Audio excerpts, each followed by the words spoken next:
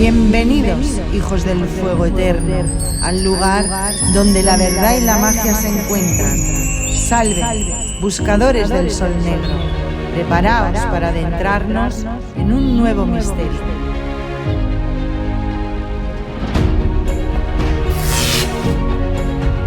La crónica de Akako. El libro de la hormiga. Comencemos. Capítulo 2. La guerra en el este. 1534-1691. Siguiendo los pasos de los descubrimientos de los navegantes españoles y portugueses, la civilización europea inició su expansión en el Nuevo Mundo. Las potencias marítimas de España y Portugal, a las que más tarde se unirían Inglaterra y los Países Bajos, se enriquecieron con la explotación de sus colonias. Mientras que España saqueaba Perú y México, Portugal iniciaba la conquista de la costa oriental brasileña. En los años 1541-42, Orellana, compañero de batallas de Pizarro, realizó su histórico viaje a través del continente sudamericano. Él fue el primero en navegar en el río Amazonas, al que dio nombre por las belicosas mujeres que decía haber encontrado en su viaje. Tras su regreso en 1546 al Nuevo Mundo, murió de malaria en la desembocadura del Amazonas. Por la misma época, los ingleses y los holandeses iniciaron la exploración de los afluentes del Amazonas. En el 1616, el portugués Caldera Castelló Branco, en nombre del Reino Unido de Portugal y España, fundó la ciudad de Belém, desde la que se iniciaría la exploración de la Amazonia por parte de los portugueses. La figura más destacada fue la de Pedro Teixeira, quien en 1637 repetiría en dirección opuesta el histórico viaje de Orellana. Teixeira determinó, en nombre de Portugal, la futura frontera occidental de Brasil en la confluencia de los ríos Aguarico y Ñapo. Pedro Teixeira, quien se enorgullecía de haber matado con sus propias manos a 30.000 salvajes, murió en el año 1641. Según las estimaciones del padre jesuita Antonio Beira, en un periodo de 30 años, los conquistadores portugueses asesinaron a 2 millones de indios de la jungla. La llegada de los blancos bárbaros por el este. ¿Dónde está la tribu de la gloria que crece? ¿Qué ha sido de los incas, los hijos del sol? ¿Dónde están la tribu de la gran voz, la tribu de los que se niegan a comer, y muchos otros de los que antiguamente poderosos pueblos de las tribus degeneradas? La avaricia y la violencia de los blancos bárbaros las han hecho derretirse como la nieve al sol. Muy pocas han logrado huir hacia el interior de los bosques. Otras se han ocultado en las cumbres de los árboles, como la tribu que vive en los árboles. Allí no tienen ni ropas protectoras ni nada para comer. Nadie sabe dónde están y quizás ahora ya todos se hallen muertos. Otras tribus se han rendido a los blancos bárbaros que les hablaron con palabras suaves. Mas las buenas palabras no son compensación alguna para la miseria de todo un pueblo. Las buenas palabras no le dan la salud, ni tampoco le evitan la muerte. Las buenas palabras no dan a las tribus un nuevo país en el que puedan vivir en paz, cazar libremente y cultivar sus campos. Todo esto lo vio mi pueblo con sus propios ojos. Nuestros exploradores se adentraron en el territorio de los blancos bárbaros y nos trajeron estas noticias. Mi corazón se estremece de dolor cuando pienso en todas las falsas promesas que hicieron. Pero realmente no podemos esperar que los blancos cumplan sus promesas, como tampoco podemos esperar que los ríos fluyan hacia arriba, porque son malvados y traicioneros, tal y como está escrito en la crónica. Savia roja mana de los árboles, savia que es como la sangre. Así fue como hablaron los mensajeros de las tribus aliadas cuando llegaron ante los seguidores escogidos. Porque los blancos bárbaros han desembarcado también en el este, con sus naves cuyos mástiles llegan hasta el cielo. Han llegado con sus armas que rugen y que desde la distancia envían la muerte, y cuyas flechas son invisibles, y han ocupado la tierra. Este fue el relato que los mensajeros trajeron.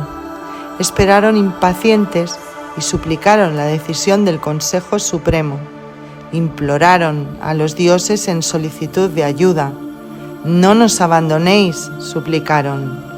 «Conceded armas a nuestros hombres para que podamos arrojar al enemigo del país y pueda regresar la luz al imperio de los servidores escogidos». Así fue como hablaron los mensajeros, los sufridos guerreros, los hombres desesperados de las tribus aliadas, y esperaron al sol que ilumina la bóveda del cielo y la superficie de la tierra. Esperaron y trajeron a Acacor las noticias de la llegada de los blancos bárbaros por el este. A comienzos del 13º milenio, la guerra en la frontera occidental se interrumpió temporalmente. Los españoles se habían cansado de las inútiles batallas, renunciaron a la conquista de las laderas orientales de los Andes y abandonaron el ataque de Acacor, una extensa tierra de nadie, protegida únicamente por nuestros exploradores, separaba el nuevo imperio de los blancos bárbaros del territorio de los Uga Mongulala. Ya no había peligro de que nuestra capital fuera descubierta, pero tan pronto como los blancos bárbaros habían detenido su avance en el oeste del país, comenzaron a desembarcar por el este y a ocupar las regiones costeras. Remontaron el gran río hasta alcanzar los asentamientos de las tribus aliadas. La lucha se desató de nuevo. Comenzó una nueva guerra entre los blancos bárbaros y el pueblo escogido. Pero los Uga Mongulala habían aprendido de la extinción de los incas. Evitaron el enfrentamiento con enemigo en campo abierto. Los guerreros únicamente atacaron a los blancos bárbaros en emboscadas. Asimismo, abandonaron todas las ciudades y aldeas de esta región. Nuestros enemigos solo encontraron en sus incursiones pueblos abandonados. Sufrieron de hambre y de sed. Vagaron en círculos por los bosques impenetrables. Muchos de ellos cayeron víctimas de nuestra arma más terrible, un veneno, un secreto directamente heredado de nuestros maestros antiguos. Con estas nuevas tácticas, mi pueblo logró mantener alejados del imperio a los blancos bárbaros durante bastante tiempo, pero entonces sucedió algo inesperado.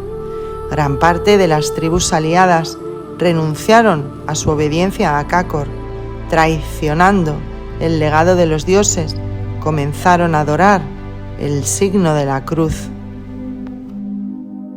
La destrucción de las tribus aliadas.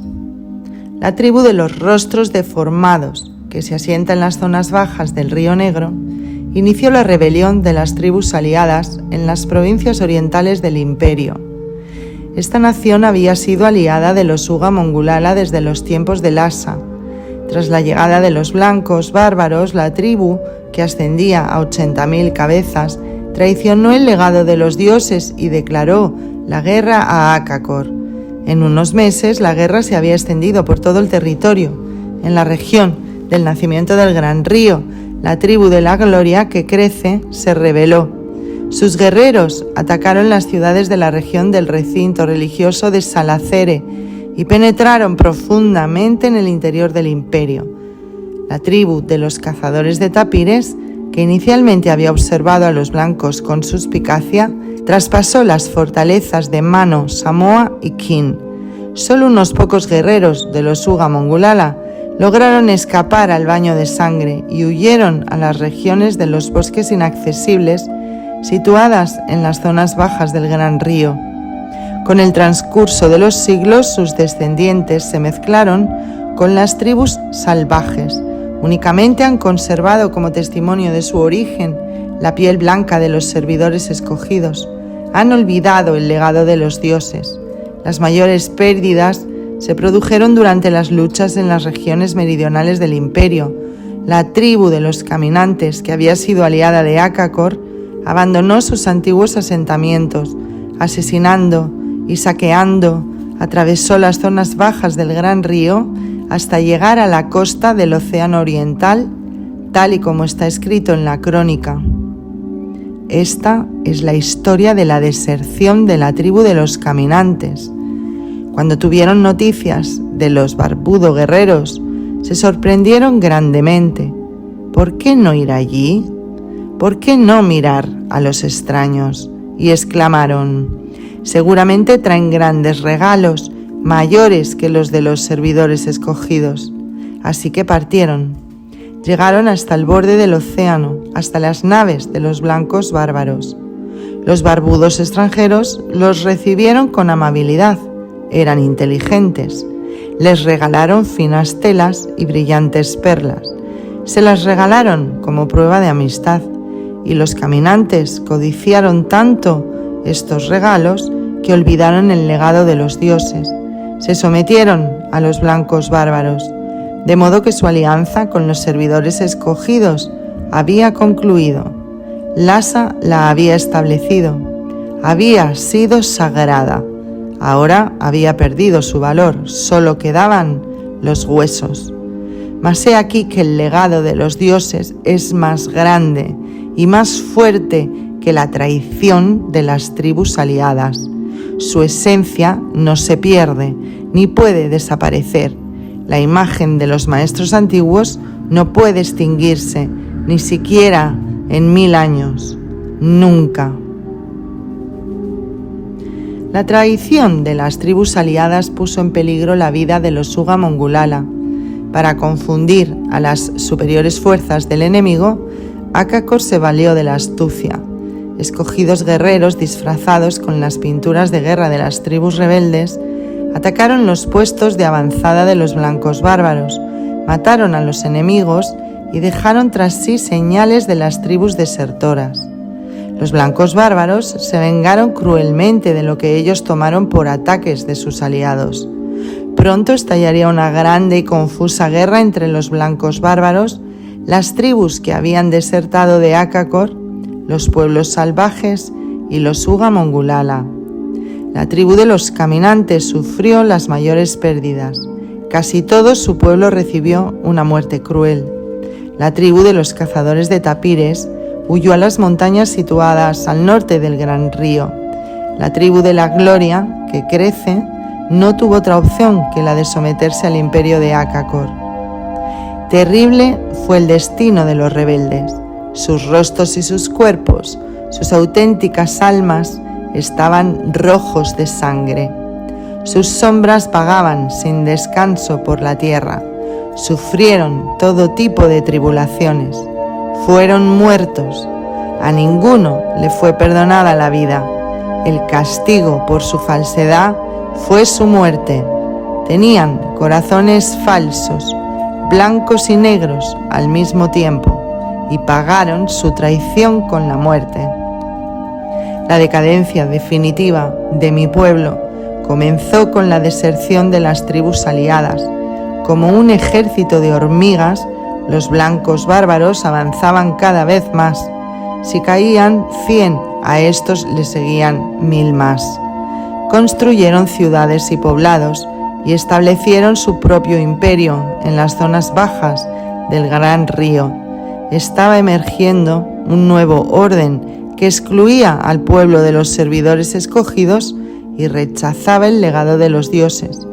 Comenzó una época de oscuridad en la que solo podía oírse el terrible sonido del aletear de los vampiros y el ulular de los búhos. Pero antes de que las tinieblas cayeran sobre las fronteras de Acacor, descendieron sobre los Akajim, la nación hermana de los Uga Mongulala. La lucha de los Akajim. Desde los tiempos de Lhasa, el hijo elegido de los dioses, Acacor y Acajim, la ciudad hermana de las montañas de Parima, habían sido aliadas. Durante miles de años los Ugamongulala y el pueblo de los Acajim intercambiaron presentes. Las embajadas visitaron regularmente las cortes respectivas. Sus guerreros lucharon unidos contra tribus hostiles. Únicamente la llegada de los godos en el 12º milenio trajo algo de tensión a estas fraternales relaciones. Los Acajim temían a las terribles armas de hierro y pensaron que los Ugamongulala deseaban someterlos. Acajim interrumpió prácticamente todas las relaciones. Los exploradores de los dos imperios se encontraban muy de vez en cuando para intercambiar presentes y sacrificios y reafirmar la amistad y la paz. La llegada de los blancos bárbaros a la desembocadura del gran río produjo un cambio decisivo en el destino de los Acajim. Las tribus aliadas revelaron la existencia de su imperio a los guerreros extranjeros. Estos prepararon naves y salieron en busca de la misteriosa ciudad.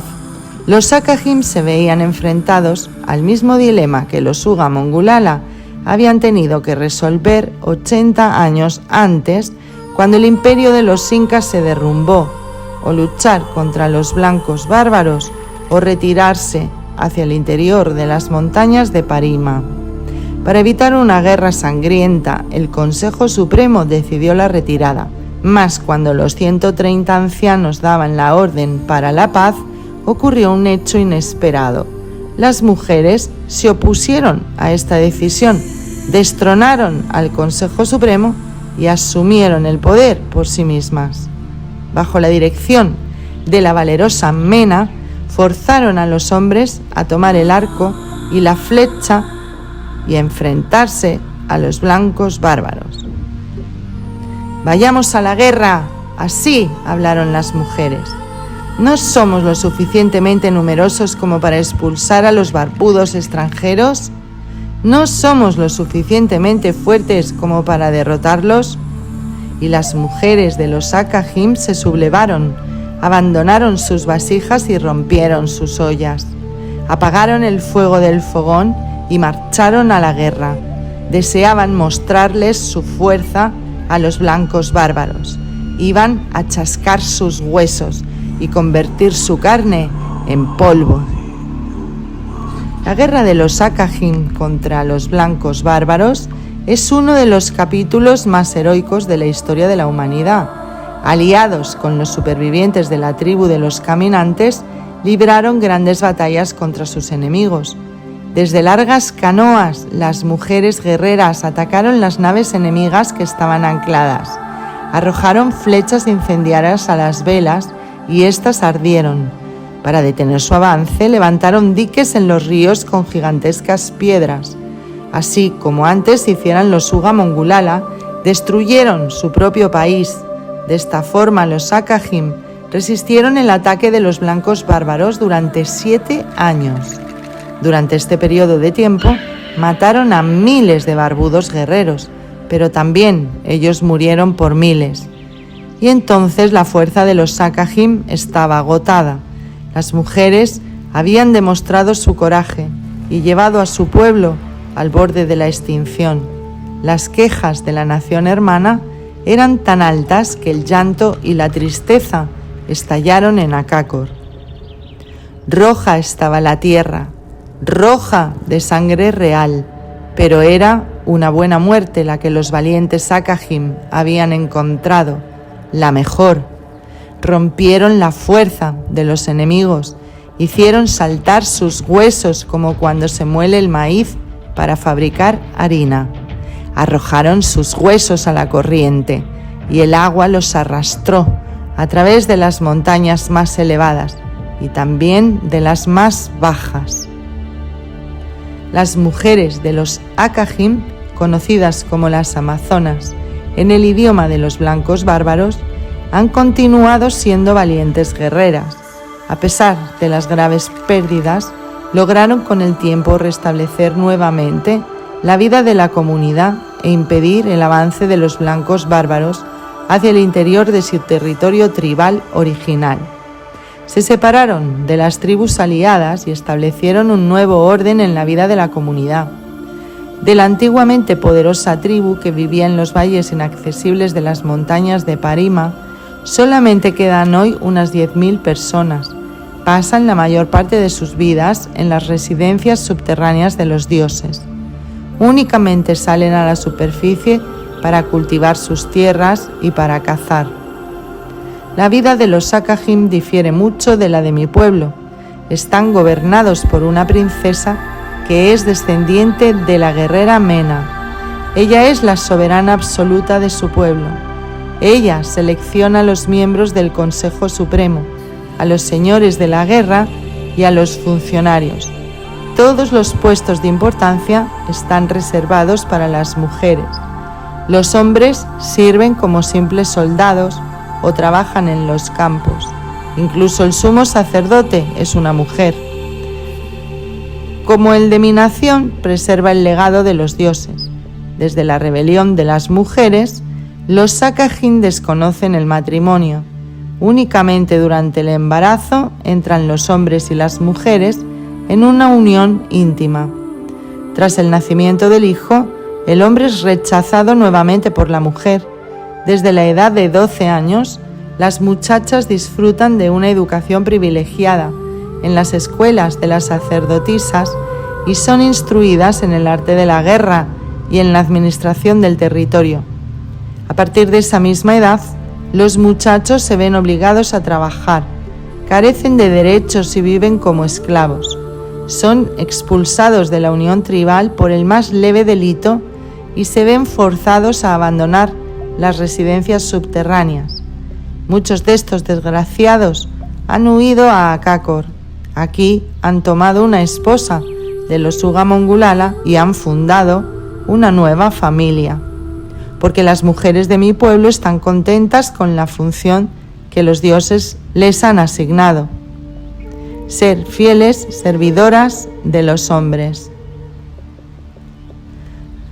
Tona estaba insatisfecha con su marido, no era feliz, su corazón se había endurecido, de modo que acudió al sumo sacerdote y le pidió consejo.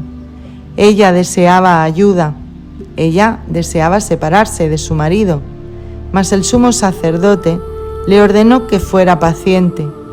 Habría de vivir con su marido hasta que hubiera registrado sus 10 mayores faltas. Solo entonces podría abandonarle. Y Tona regresó a su casa, dispuesta a anotar las 10 mayores faltas de su marido. Deseaba registrar todo aquello que no le gustaba de él, mas, cuando hubo entrado la primera falta, pensó que no valía la pena anotarla, y cuando halló la segunda, pensó que también era demasiado ligera.